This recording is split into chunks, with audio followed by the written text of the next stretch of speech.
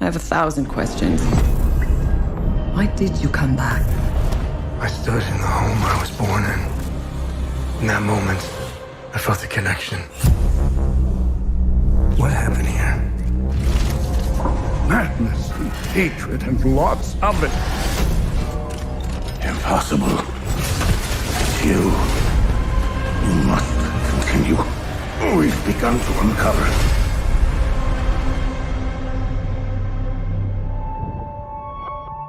Hi everyone, I am Jonathan Jacques Bellatet. I am the creative director and the art director on Hell Is Us here at Rogue Factor.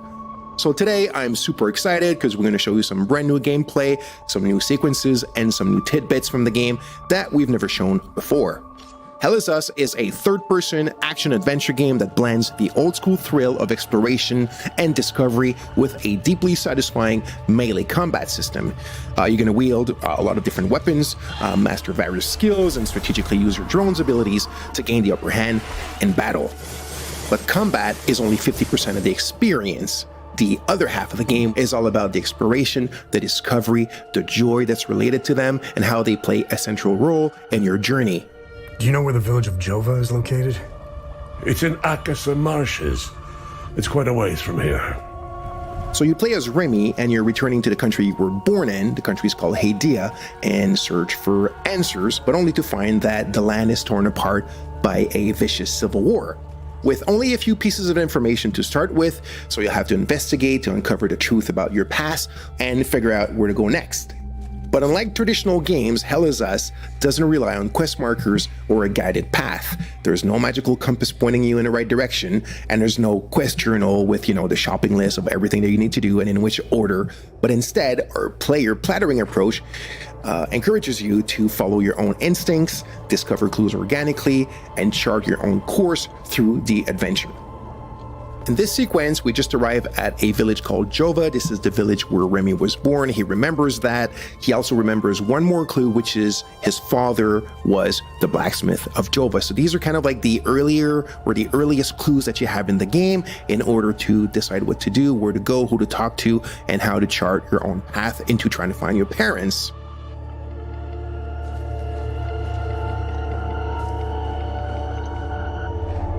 Hey, who are you? I'm Rebecca. I've been hiding here since the attack on Jova, when the bombs fell from the sky. I was playing in the treehouse with my baby brother. My parents ran out and screamed at us to get down. My baby brother ran to them. That's when the bomb exploded. So, I'm looking for the blacksmith. Do you know where he is? I don't know him very well.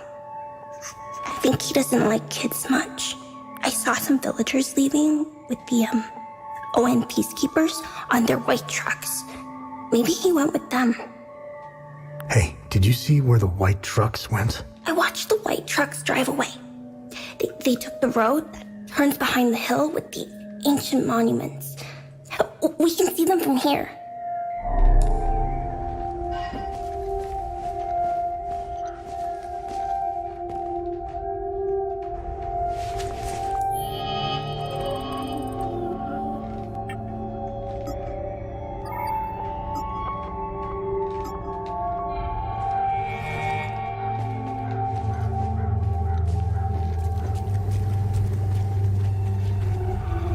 So as you saw, we just learned that the blacksmith probably left with one of the humanitarian convoys from the Organized Nations, which are the peacekeeping forces stationed in the country. We've also found a map that appears to show a route coming out of the Akasa Marshes. So we'll stop here for now. We've gathered a few clues. We have a bit of an idea where to go next for our investigation. We've shown you how things work a little bit and how you can connect the dots. But, I want you guys to discover it for yourself when the game comes out in September. In this section, we're stepping away from the main investigation to explore the many hidden secrets and side investigations scattered throughout Hadia. You can complete the game without ever uncovering them. But if you're curious and observant, you might just stumble upon some incredible discoveries. Our core philosophy is simple. If your instinct tells you there's something to do, then there probably is. The footage you're seeing now showcases just a few of the many secrets woven into Hell Is Us. These are playful examples of how the game handles secondary investigations, but they perfectly illustrate our approach. I'm only permitted to play Sabinian classics, I'm afraid. Unfortunately, I only happen to know one of their dreadful compositions. There are countless mysteries waiting to be uncovered. If you trust your instincts, you'll find yourself solving some truly fascinating mysteries along the way. Now, when we talk about player plattering, it doesn't mean you'll constantly need to overthink every step to progress. Many elements will be clear and intuitive, as our belief is that you actually don't need quest markers to navigate and advance in the adventure.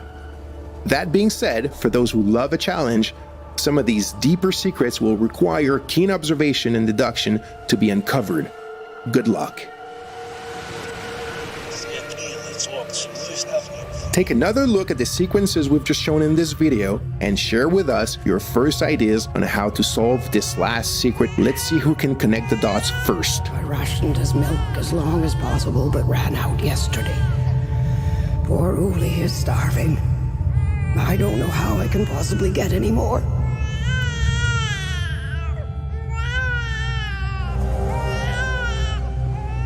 Thank you all so much for tuning in. We hope you enjoyed this new look at Hell Is Us.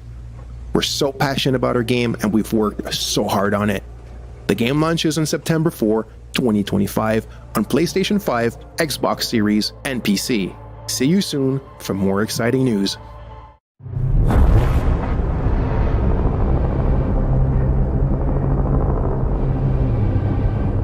When the fury of emotions sparks the wildfire of violence, it dissolves our illusions and exposes the fragile structure of reality.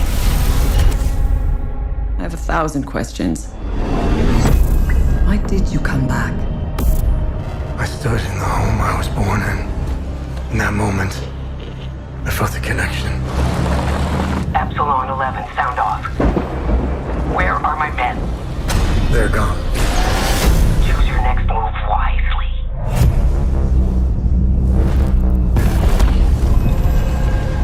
What happened here? Madness and hatred and lots of it.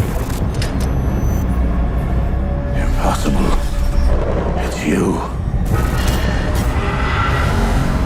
We must continue. We've begun to uncover.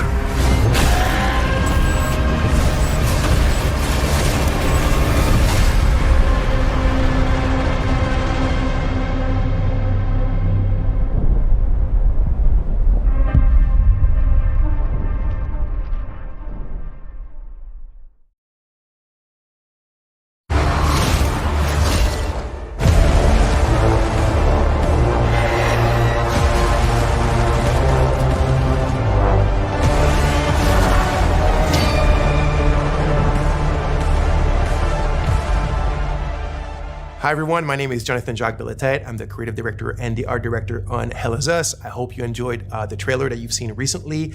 Today we're back in the spotlight. We're going to show you a bit of gameplay, a bit more than what you've seen in the trailer, and I hope that you will enjoy this part greatly. All right, so let's start with the basics. So Hell Is Us is set to be released in 2025. It's for pretty much everything, so Xbox Series X, PlayStation 5, and PC. So the game is a bit of a take back to games from the 1990s. We're a team of passionate people. The average on the team is like 20 years of development experience. So we're from a different generations and we have a lot of love for how the games in the 90s were made and how they were played and experienced, especially the fact that, there was no hand holding, there was no silver plattering. You kind of had to figure stuff out by yourself. You were really in control of your exploration and your own discoveries. And this is what we're trying to do in Hell Is Us. Obviously with modern flair and kind of like modern knowledge of game design and whatnot, but very much put you back in the driver's seat of your experience and of your exploration and then the result and the joy of your discoveries. So Hell Is Us takes place in a country called Hadia. Hadia is in the grips of a vicious civil war. You play the role of Remy. Remy is actually from Hadia. He was born there, but his mom smuggled him out at the age of 5, like it sometimes happens in those countries. And what I mean by that is Hadia is a hermit state, is a turtle state. It's completely closed off on itself. Nobody goes out. nobody comes in. And that's why Remy's mom decided to smuggle him out so he can have a better life. He grew up in the foster home system, or the foster system in Canada. He's always wanted to come back to Haiti. He wants to find his parents again. He wants to kind of like confront them. He's got a lot of questions for them. He understands why they abandoned him, but yet, abandonment is pretty much the biggest trauma that a child can have. And there's like a loop that hasn't been closed properly for him towards this situation and his parents. When the game starts, Remy has finally been able to infiltrate Haiti during the brutal civil war that I was talking about. Remy is a ON peacekeeper. He quit his post, he went AWOL, infiltrated the country, and this is where the game starts. Remy remembers two things, and that means the players remember two things. It's that his village of birth was called Jova, and his father was the blacksmith of Jova. Those are the only clues you begin the game with, and these are the only clues that Remy also know. So equipped with this knowledge, with these clues, you begin the game and you try to find your way to Jova. You must be lost to wander around Sinedra Forest. I'm afraid I have very little to offer. A group of strange-looking soldiers arrived here last night in an APC. And perhaps you can ask them for help. It's not the first time I've seen them. They always seem to be snooping around here for something. They parked their APC just beyond the woods, to the north. Once in the woods, follow the wind chimes. They will lead the way through. The gate to enter the woods is locked. Here, take this key to unlock it.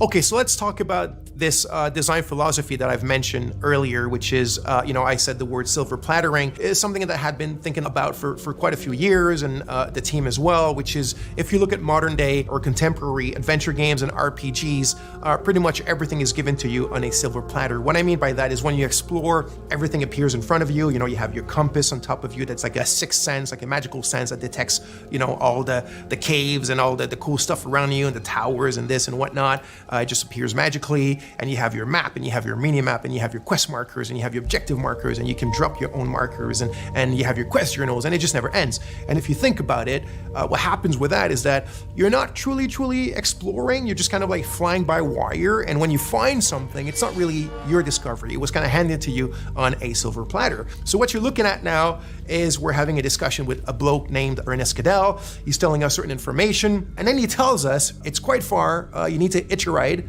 You might find people that are willing to give you a ride.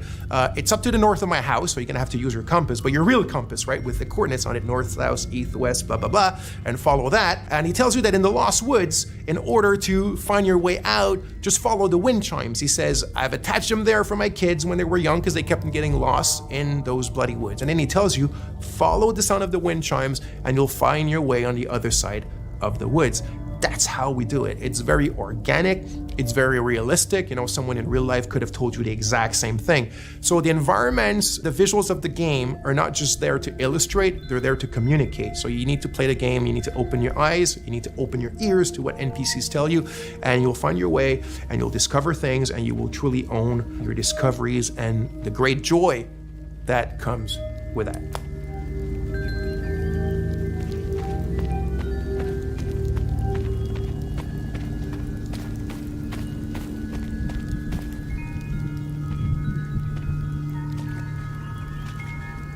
So here's another scene or another section that could be considered part of our player plattering philosophy. So here's a puzzle, and there's obviously a solution to the puzzle, but nothing eventually is going to tell you, if the player ends up kind of like taking a bit of time to find a solution. There's not going to be any artificial kind of ways that are going to help him or tell him what to do. Remy's not going to start talking to himself, or i.e. talking to the player with, little clues and whatever. It's really up to you to figure them out. And in the way that the player plattering is inserted in this, we have a good example here with your trusty drone named Cappy. By the way, you can tell now that Remy has his poncho and he has his sword and he has his drone. So it's after he's acquired them, right? Because at the beginning of the game, you saw he was not dressed like that. Now there's a reason why he ends up dressed like this. There's a reason why he needs these things, this equipment, but we don't need to get into these details today. So anyway, there's an ancient language in the country and you kind of find it throughout the game. And the drone has a software, one of his many softwares, and this specific one can translate the ancient language. So this puzzle, the way that it works, you need to kind of like explore and observe your environment around this specific puzzle in order to find the clues on how to solve it. You need the drone, your trusty Cappy, his name is Cappy, also there's something behind that of course, and you translate those old texts. It gives you little passages of a poem or a psalm or something like that, and through what they tell you and the order in which they seem to have to be pieced back together, you find your clues on what this puzzle does and how to solve it. So again, the players are kind of like just led to their own devices, but things are there, the answers are there, and you have to explore. And again, I repeat it, you have to open your eyes and open your ears, and you'll figure it out.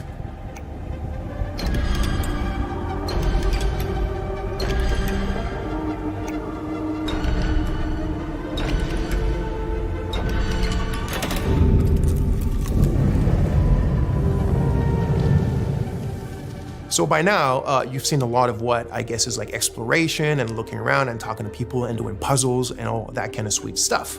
But if you've seen the trailer, you of course notice that there's another big aspect to the game, which is third-person melee combat. So we like to say that the game is 50% exploration and 50% combat. The game is not at all only about combat, and it's definitely not at all just walking around and figuring stuff out. It's the combination of both, and we also think that the way that we've combined them is quite refreshing and quite unique in Hell Is Us. So, like I said, combat is an integral part of the game. I do want to emphasize now that we're not a Souls-like game. The game is a lot more mid-core. It's have fun, get in it, and hack and slash. It doesn't mean it's easy. It's not overly hard. There's a learning curve. There's subtleties. There's little things that we've invented just for the flair and the flavor of Hell Is Us. It's very crunchy. I think the friction is pretty good, and I hope you'll enjoy it. So there's a wide variety of enemies in the game. So we have kind of like the more common enemy type, which we call the Hollow Walker. So it's these kind of humanoid, bipedal, white enemies that you can see here with the holes in their faces and their chests and whatnot. So obviously there's a reason why they're called Hollow Walkers, and there's different types of them and different kind of tiers of strength and powers. But when you're facing pretty much the biggest threats in the game, it's what we call like a dual entity. So it's like a Hollow Walker has a haze inside of it. So it's when the haze is present. I'm not going to get into the details right away of what the haze represents. It's all part of the lore and what you will figure out in the game. But when you're facing a combo like these dual entities, and it can go to like 3 of them, 4 of them, there's the herders, there's the fervents, and different types like that. But that's when you really need to master the combat system. That's when you start having to use all the tools and techniques at your disposal. The drone has tons of skills to upgrade it, and the drone is very much your little sidekick to help you in fighting multiple enemies at a time. He's not a sidekick in the sense where he talks and he has an AI. He's very much a drone that has its own protocol to do this crowd management during the combat. So you have your different weapons, you have your limbic skills, attack to weapons, which is basically you consider as your magic, even though in the game it's not considered magic, there's kind of like a scientific base to them. But that's when you really need to master all the little subtleties of the combat system, use all the tools in your arsenal and at your disposition, and get in the melee with these kind of dual or triple or quadruple entities and being able to manage them and be victorious. So like I mentioned, here specifically, you can see a combat against a limbic entity that has multiple hazes attached to the Hollow Walker. That's when it gets really complex, it gets very overwhelming because you're alone, but you got your trusty little Cappy. So you need to use its skill. So for example, Cappy has a skill where you can distract an entity, either a haze or a Hollow Walker. You can use the forward charge, which is one of my favorite. You also have the Typhoon. You have the super dash skill, which is another one of my favorites. So you can start dashing sideways, forward, backwards, really, really fast. It gives you like this Japanese action game style. And then you also have your limbic skill. So you need to find the glyphs in the game and you need to attach them to your weapons. And this is when you start getting powers that come from these weapons that allow you to take care of these enemies in much more powerful and kind of like impressive ways. That's when the VFX and the sound effects all come together and give you this combat bang that we all like and love.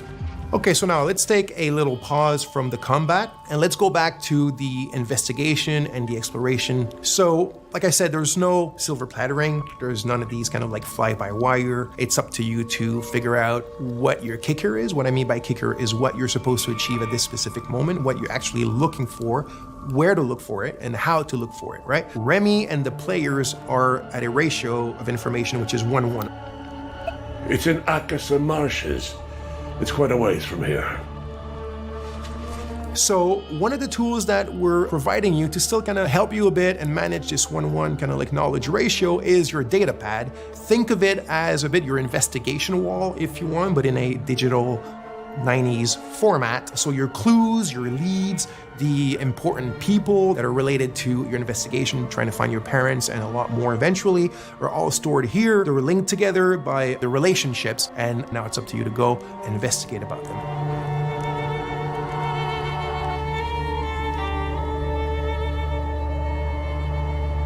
So as you can see here, some of the areas can be quite wide opened. This one here called the Casa Marshes is one of the bigger ones.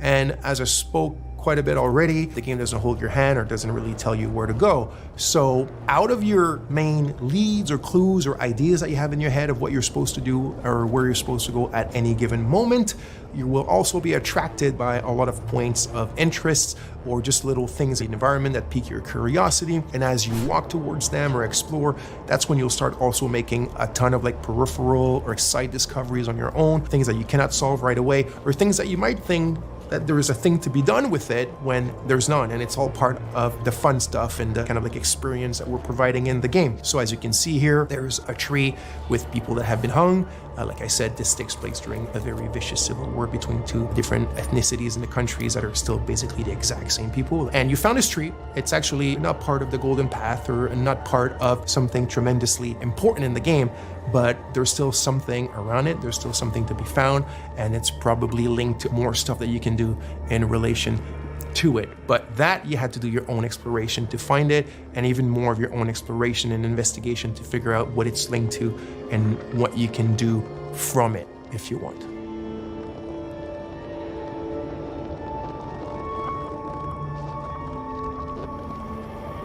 So here we are in a dungeon in the game. So yes, the game has dungeons. This was really important to us. Like I said at the beginning, there's a bit of a love letter to games from the 90s, but one of the challenges was the game takes place in a contemporary setting. The game takes place in 1993, and yet we still wanted dungeons in the game, and I didn't want the dungeons to take place in an abandoned metro station or, you know, in an abandoned factory because it's the modern era. I still wanted the dungeons to be very ancient things. And this brings us to another really important aspect of the game, or one of the very important themes of the game, which is history, historicity, deep history. So history that goes even before history. So there's a lot of mysteries and a lot of lore, and the origin of what's going on in the country and the link to the Civil War is all tied to that deep history and also what has happened since. I won't get into too much details because that will be part of another video for you guys, but you can see a bit of it here, and it shows you the varied palettes and moods and atmospheres that we have in the game, which also I think is something quite interesting and unique that we're doing in Hell Is Us.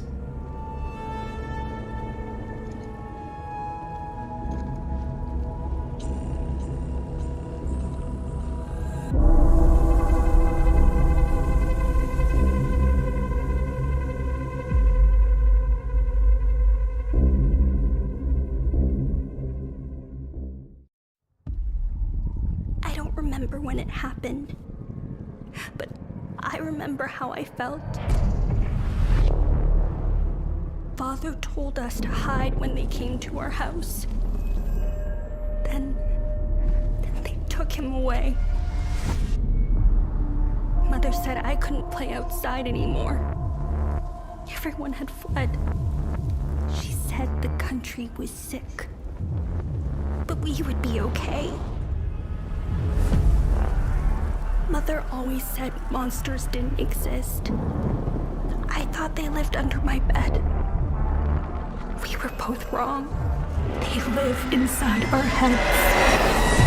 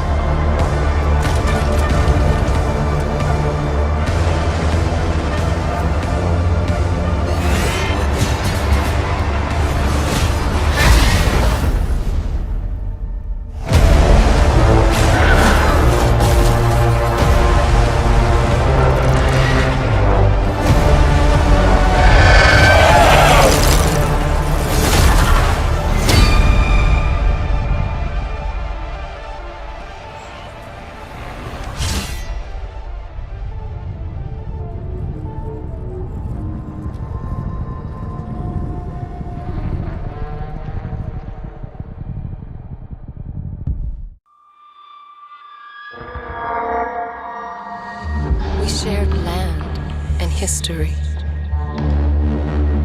But their lies intoxicated you. You burned our homes and slaughtered our families. No longer am I frozen in terror, grief, and rage. Now all I feel is the ecstasy of revenge. Grief and rage. The ecstasy of revenge. Terror, all I feel.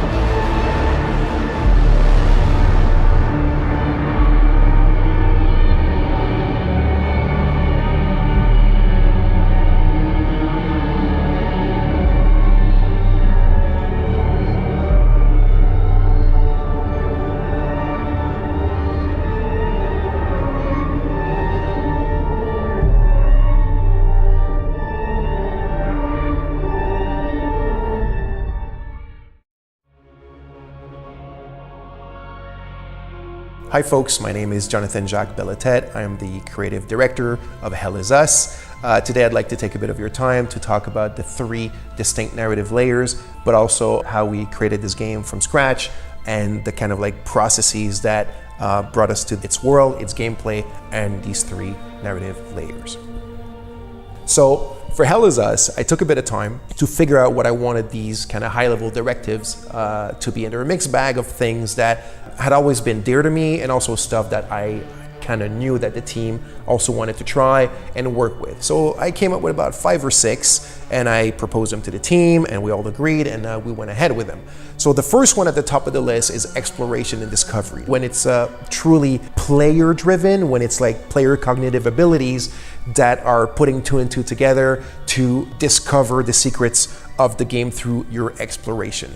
So the second one is pretty much I guess the main theme of the game. It's human emotions and passions, and specifically how they relate to human conflicts, all the horrors and the atrocities and the bloodshed that we can bring upon one another. The third one is the Civil War, and as you can see, this relates right away to the second one about the passions and the emotion. The fourth directive was the combat system of the game had to be a third-person melee combat with melee weapons. The fifth directive was that the game had to take place within a contemporary setting. As you can see, this brought a bit of a challenge how to justify the third-person melee combat in a contemporary setting. And the sixth one is I wanted to make sure that the enemies in the game were not humans and we would not bring any harm to human beings.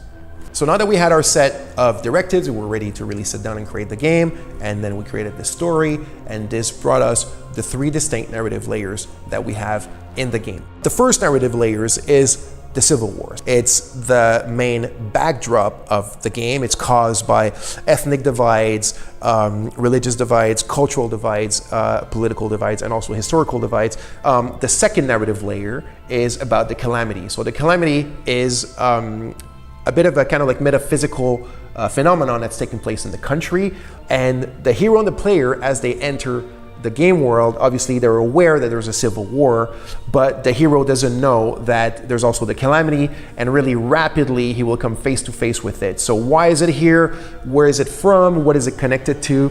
And what's its link with the people, the civil war, and the history of the country?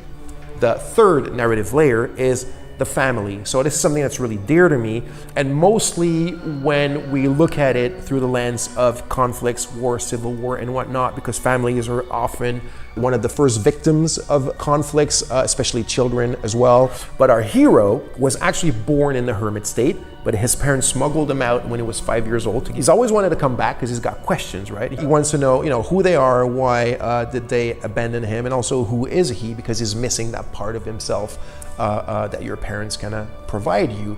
So all these three narrative layers are different, but they intertwine. One of them is the one that truly brings you through the main story, but since the game is fairly open-ended and non-linear, the players are free to oscillate between these three layers as they see fit, and kind of put them together to form the big picture of the game and the entire puzzle, or almost the entire puzzle, to make sense of what's going on inside this country. So in the near future, we'll talk a lot more about these things in a lot more details. This was it for now. I hope you enjoyed. Thank you for watching, and see you soon.